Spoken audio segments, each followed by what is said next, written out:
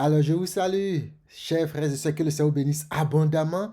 Alors, on a dit qu'on va faire 10 minutes. Je vais me chronométrer pour ne pas arriver à 10 minutes parce que je sais que vous avez beaucoup de choses à faire. Eh bien, aujourd'hui, je voudrais très rapidement aborder un thème important avec vous. Alors, vous savez, il fut un moment en Côte d'Ivoire où, je ne sais pas si c'est dans tous les pays africains, mais en tout cas en Côte d'Ivoire, où les gens recevaient, en tout cas faisaient des vidéos sur du poisson, du riz qui était soi-disant en caoutchouc. C'est un riz que les gens préparaient et qui n'arrivait pas à cuire. Ce sont des poissons qu'on faisait bouillir et qui n'étaient pas tendres, qui ne devenaient pas donc consommables. Et donc, il y a ces situations-là où il y a des choses qui sont comme des choses qui sont des durs à cuire, n'est-ce pas? Et souvent dans la vie chrétienne aussi, nous avons des chrétiens qui sont des durs à cuire, des durs à cuire. La Bible dit que le Seigneur dit, il veut changer nos cœurs de pierre en cœurs de chair. Pourquoi? Parce que c'est important qu'on soit sensible à sa parole, à sa présence. Malheureusement, nous sommes très nombreux. Beaucoup de chrétiens vont à l'église depuis plusieurs années et malheureusement, il n'y a aucune transformation, il n'y a aucun changement parce qu'ils sont des durs à cuire, même pas le Saint-Esprit, même pas la parole de Dieu. Alors ce matin ou ce midi ou ce soir, en tout cas ça dépend de l'heure à laquelle vous allez voir cet élément, il faut que nous soyons donc des gens transformés. Et souvent, on se retrouve dans des quartiers, tu es toujours dans le même quartier, tu ne changes pas. Aujourd'hui, on va apprendre à déménager ensemble.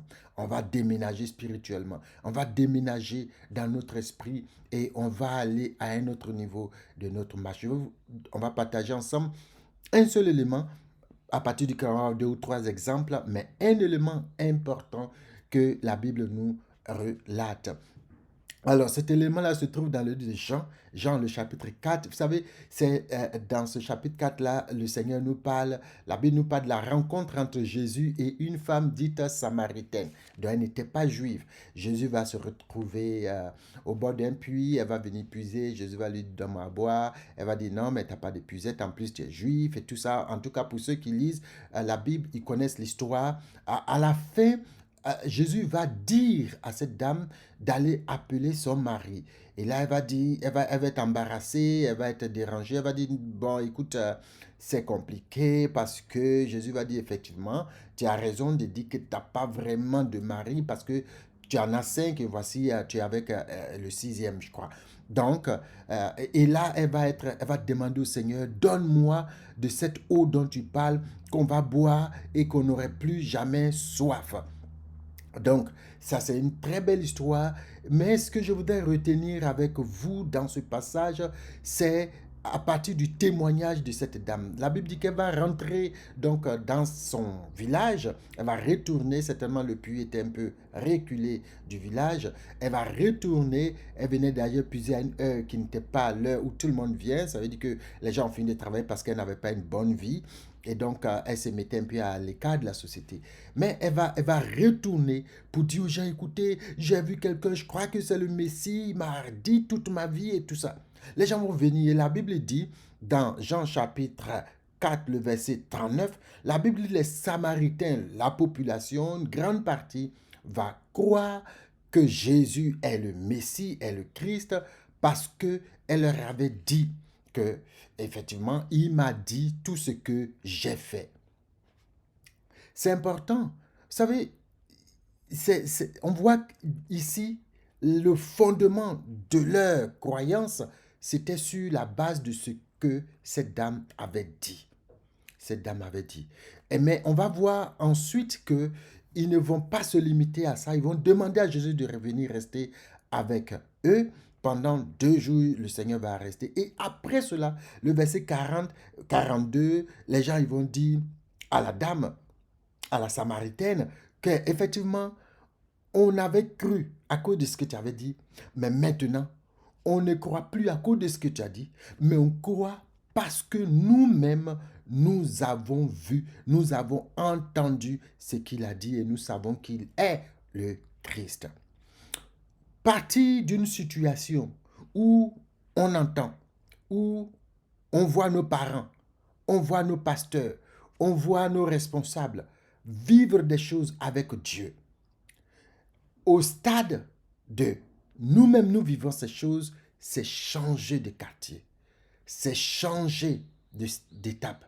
C'est aller d'une étape d'observateur, de quelqu'un qu'on informe, à une étape nouvelle qui est l'étape de quelqu'un qui a expérimenté.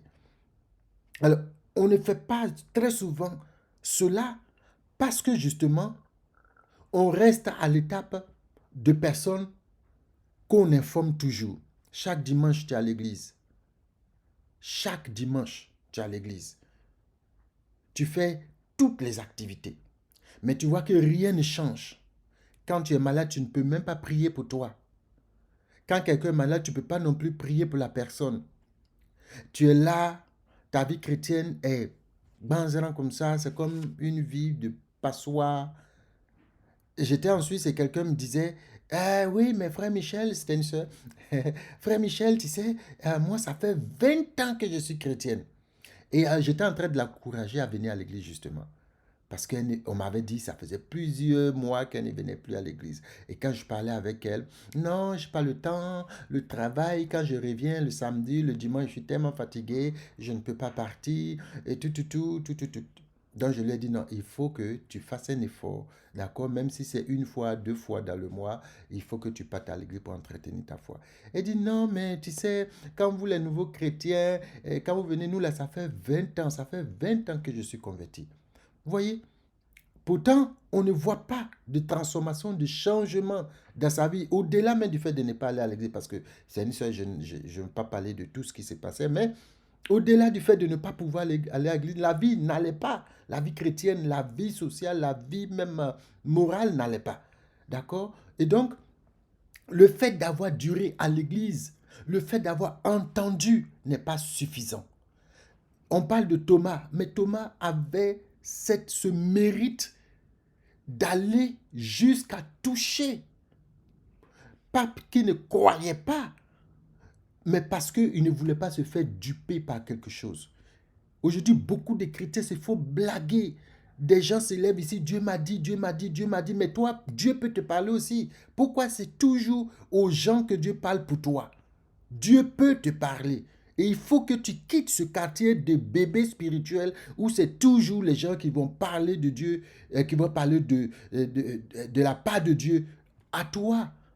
Toujours c'est toi qui reçois les révélations et qui a peur. Ou bien même qui te marie, qui trouve des fiancés sur la base de révélations d'autres personnes. J'ai rêvé que. Il faut que tout cela s'arrête. Et qu'est-ce que ces chrétiens-là ont fait, en fait, ces gens de Samarie? Ce qu'ils ont fait, c'est de dire, elle a dit, on a compris, mais il faut que tu restes pour qu'on vérifie nous-mêmes. Comme les chrétiens de Béret, il faut que nous-mêmes nous vérifions. Il faut que nous fassions nous-mêmes l'expérience. Il faut que nous soyons témoins nous-mêmes. Et donc ça, ce sont des choses... Let me check my timer. Ok. Hein? C'est arrêté. C'est super. J'avais mis le temps et c'est arrêté. Bon, écoute. Donc, il faut que nous puissions effectivement être des gens curieux, des gens déterminés, aller loin avec le Seigneur.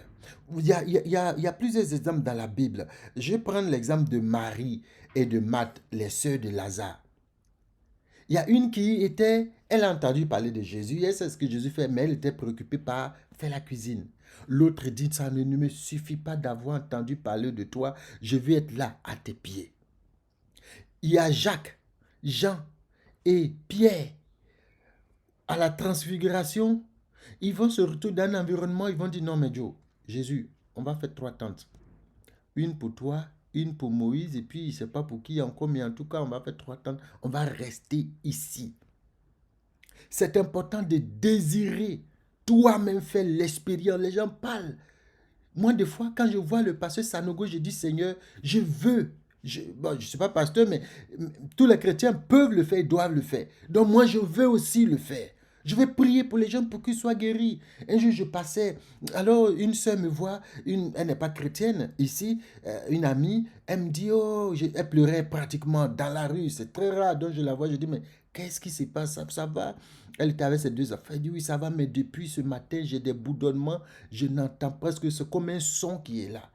Et là, dans mon cœur, je dis, bon, est-ce que tu veux que je prie pour toi? Elle dit oui.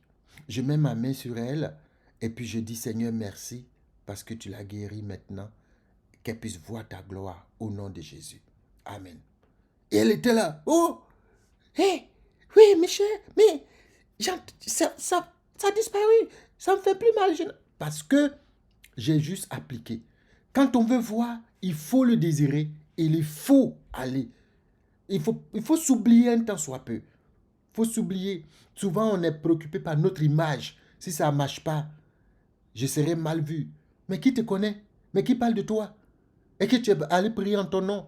Donc, ce sont des choses, nous devons changer de quartier. Nous devons changer de paradigme. Nous devons être transportés de notre quartier de bébé spirituel au nouveau quartier. Bienvenue au quartier des vaillants chrétiens et des gens qui sont déterminés à faire vivre le royaume de Dieu et annoncer la parole de Dieu avec puissance. Ces gens-là, on dit, c'est plus sur la base de ce que tu as dit, hein, c'est sur la base de nous-mêmes, notre expérience qu'on le déclare. Ça fait qu'aujourd'hui, les jeunes chrétiens, on va évangéliser, on ne sait même pas ce qu'il faut dire, parce qu'on n'a aucune expérience avec le Seigneur. On ne fait aucune expérience. Pourquoi? Parce qu'on ne passe pas le temps dans sa présence. On ne vient pas devant lui. On ne cherche pas sa face. Voici deux choses qui peuvent tuer très facilement notre intimité, notre dévouement, c'est la familiarité. Il y en a, ils sont chrétiens depuis 20 ans, 30 ans, depuis ils sont nés, ils vont à l'église, ils sont devenus tellement familiers à l'église qu'ils négligent tout. Ils écoutent le pasteur comme ça. Ils sont même sur leur téléphone. Quand le culte finit, on dit Amen, Amen. Ils s'en vont à la maison. Même la même journée, tu leur demandes de quoi est-ce qu'on a parlé aujourd'hui au culte. Il a tout oublié. Comment on peut grandir avec? C'est pas possible. Deuxième chose à côté de la familiarité, c'est la paresse spirituelle. Les gens qui sont assis, le pasteur va prier pour moi. Tout le temps, le pasteur, bien sûr, le pasteur, c'est son travail de prier pour toi. Mais toi aussi, Dieu t'a donné le Saint-Esprit. En tout cas, il met à ta disposition le Saint-Esprit pour que tu sois en mesure de pouvoir prier pour toi et prier pour les autres. Alors, tu ne peux pas t'asseoir là, attendre que le pasteur, que le président de la jeunesse, que je ne sais pas qui fasse tout pour toi. D'accord? Dès que tu as un rêve net, même à minuit, passe. Allô, pasteur, j'ai rêvé telle chose. Mais attends, tu peux, parce que le Seigneur t'a donné son esprit. Alors, il faut déménager aujourd'hui. Qu'est-ce qu'il faut faire? Trois choses. Très rapidement, la première chose, peut-être que tu as perdu l'habitude de prier ou tu ne sais plus prier. Au moins, tu peux écouter des chants et chanter. Venir dans sa présence, dis Seigneur, je te réserve ces 10 minutes, ces 15 minutes, ces 30 minutes pour te louer, chanter, louer, adorer le Seigneur. Venir dans sa présence, vous allez voir que sans rien faire d'extraordinaire, vous allez commencer à prier parce que votre esprit et votre âme seront disposés à chercher la face de Dieu. Donc, passez du temps dans la louange, dans l'adoration, dans la présence du Seigneur. Deuxième chose, c'est lire la Bible. C'est lire la Bible, parce que la Bible, c'est la parole de Dieu. Et ceux qui étaient les Samaritains avaient juste envie d'entendre la parole de Jésus-Christ. Aujourd'hui, Jésus n'est pas là physiquement, mais ses paroles sont là. Et ces paroles sont consignées dans la Bible. Vous pouvez les lire pour savoir qu'est-ce que Jésus pense de vous, qu'est-ce qu'il dit de vous, quels sont les conseils qu'il veut vous donner. Lire la Bible. Et troisième chose, c'est prier et jeûner. Mais ça, prier et jeûner, pour que ce soit long, pour que vous passiez du temps dans la présence de Dieu, dans la prière, il faut que vous soyez habitués à lire la Bible. C'est là que vous allez puiser votre force de la prière, à pouvoir lire et à pouvoir chanter. C'est là que vous allez pouvoir donc libérer votre âme dans la présence de Dieu et vous n'allez plus jamais vouloir quitter sa présence. Alors que le Seigneur bénisse abondamment, je ne veux pas faire cette vidéo longue, je ne sais pas combien de minutes on a déjà fait, mais je vais m'arrêter là et dire, il faut qu'on change de quartier, il faut qu'on ne soit plus des durs à cuire, il faut que nos cœurs de pierre soient transformés en des cœurs de chair et que nous soyons des personnes qui témoignons nous-mêmes de la puissance de Jésus-Christ parce que Jésus est puissant. Alors, sois béni et à très bientôt. D'ici là, soyons transformés, changeons de quartier et le Seigneur nous amènera encore plus loin dans un quartier plus chic, plus merveilleux dans sa présence. Sois béni et à bientôt.